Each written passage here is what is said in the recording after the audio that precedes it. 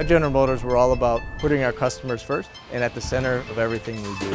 If we can take a mile per gallon of fuel economy off, if we can extend our range 10 miles in an electric vehicle, that can be a huge competitive advantage for General Motors.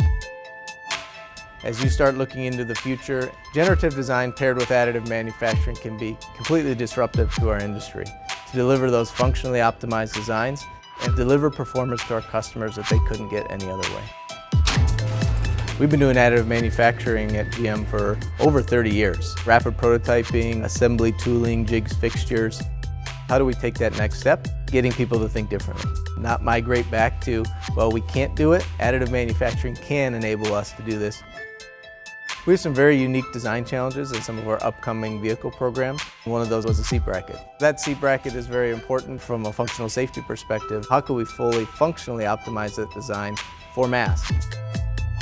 We chose to use generative design as our design tool to come up with different options for the seat bracket. Normally when we face a design challenge like that, we may come up with 2 or 3 different design options, but with generative design we could come up with over 150 some solutions that we just couldn't have thought of with any other existing design tools. We formed a partnership with Autodesk. We thought it was a unique opportunity to really use those tools to deliver a design that we couldn't come up with any other way. We've run it through our normal set of test procedures that are required for this part. This part is so much better than the previous part.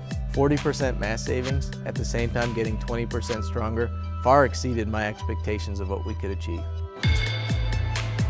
We have many different parts and pieces on our vehicles, over 30,000 on average. So now the real challenge is to find all those different applications where we can apply the same principles of generative design to really optimize our vehicles further.